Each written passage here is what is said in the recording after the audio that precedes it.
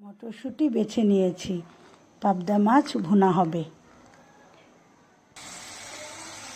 Fry প্যানে soybean তেল দিয়েছি পরিমাণ মতো, আর পেঁয়াজ কুচি কাঁচামরিচ কুচি একটু ভেজে নিচ্ছি, সাথে লবণও দিয়েছি।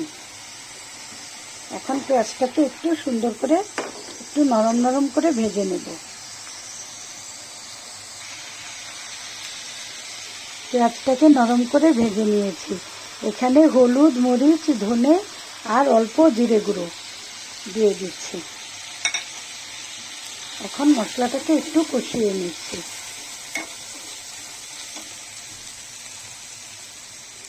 অল্প একটু পানি দেব।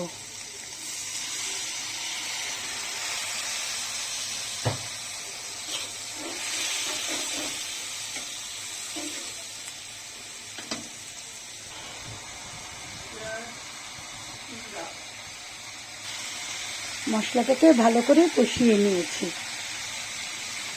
এখন পাবদা মাছগুলো দিয়ে দিচ্ছি। মাছগুলোকে একটু মিক্স করে নিচ্ছি মশলার সঙ্গে। এই মাছগুলো একদম নরম হয়, এজন্য বেশি নাড়াচাড়া করা যাবে না।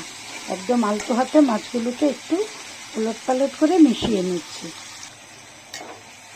এইভাবে কড়াইটাকে একটু দুলিয়ে মিশিয়ে নিচ্ছি।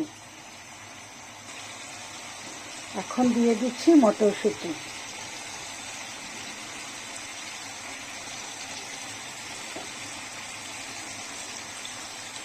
পরিমাণ মতো মটরশুঁটি দিয়ে দিলাম।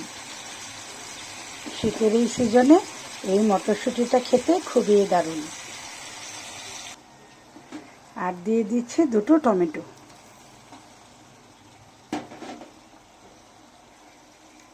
এখন যেহেতু মাছটাকে ভুনা করব, তাই অল্প পরিমাণ ঝোল দিয়ে দিব।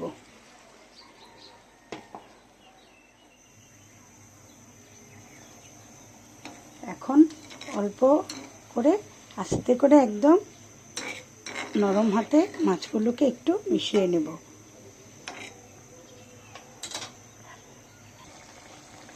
ঝোলটা একদম ফুটে উঠেছে। মাছগুলোর সাথে মটরশুঁটিও সুন্দর মিশে সেদ্ধ হয়ে গেছে। এখন শেষ পর্যায়ে দিয়ে দিচ্ছি ধনেপাতা কুচি।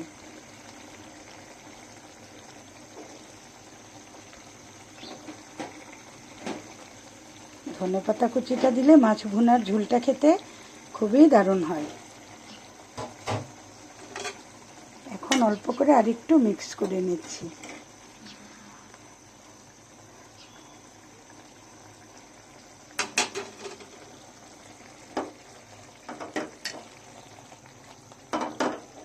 ভালো করে ধনেপাতাটাকেও মিক্স করে নিয়েছি। এখন হয়ে গেল আমার ধনেপাতা আর মটরশুঁটি দিয়ে পাবদা মাছ ভুনা। কেমন হলো বন্ধুরা রান্নাটা? কমেন্ট করে অবশ্যই আমাকে জানাবে। সবাইকে অনেক অনেক ধন্যবাদ।